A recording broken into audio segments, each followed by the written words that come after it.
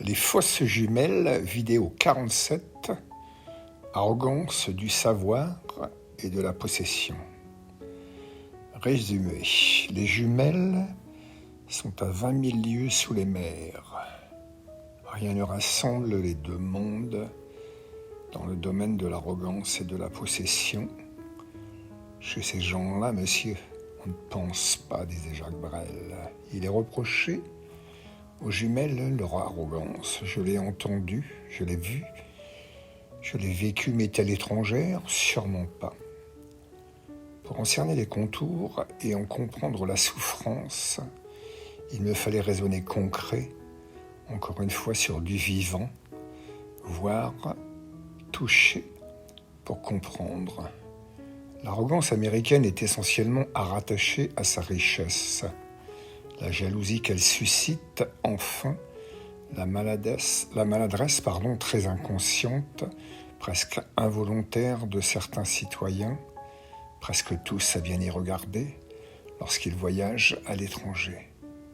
Savoir que dans le pays lui-même, l'exposition de l'aisance, de la richesse, voire de l'immense richesse ne pose strictement aucun problème peut aider. Afficher le contenu de son portefeuille bourré de dollars et truffé de cartes Amex Gold, dans sa Porsche 911S, sa Mercedes 500 SE, aussi bien que sa Datsun 1972 ne sont pas références sociologiques indispensables pour cohabiter.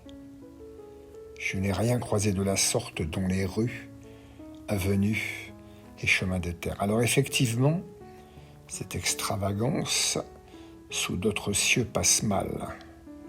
Pour ce qui concerne la France, je vois la frangine d'un tout autre regard. Pour cela, 3 exemples.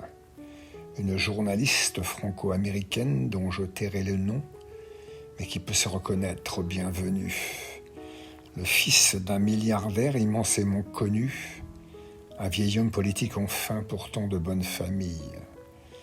Tous 3 m'ont fait penser à mes princes saoudiens qui considéraient la visite de leur palais comme un voyage d'Alice au pays des merveilles.